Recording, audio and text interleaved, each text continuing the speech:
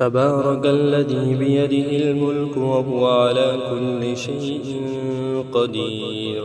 الذي خلق الموت والحياة ليبلوكم أيكم أحسن عملا وهو العزيز الغفور الذي خلق 7 سماوات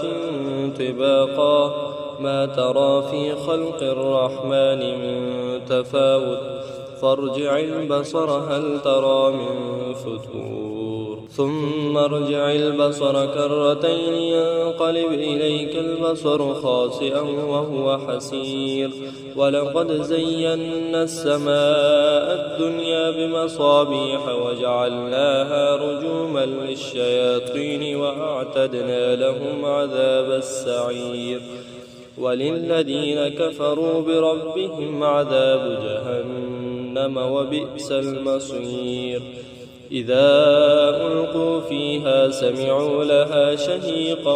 وهي تفور تكاد تميز من الغيظ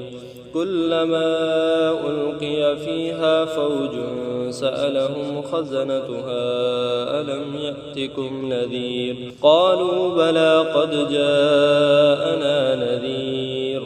فكذبنا وقلنا ما نزل الله من شيء إن أنتم إلا في ضلال كبير وقالوا لو كنا نسمع أو نعقل ما كنا في أصحاب السعير فاعترفوا بذنبهم فسحقا لأصحاب السعير إن الذين يخشون ربهم بالغيب لهم مغفرة وأجر كبير وأسروا قولكم أو اجهروا به إنه عليم بذات الصدور ألا يعلم من خلق وهو اللطيف الخبير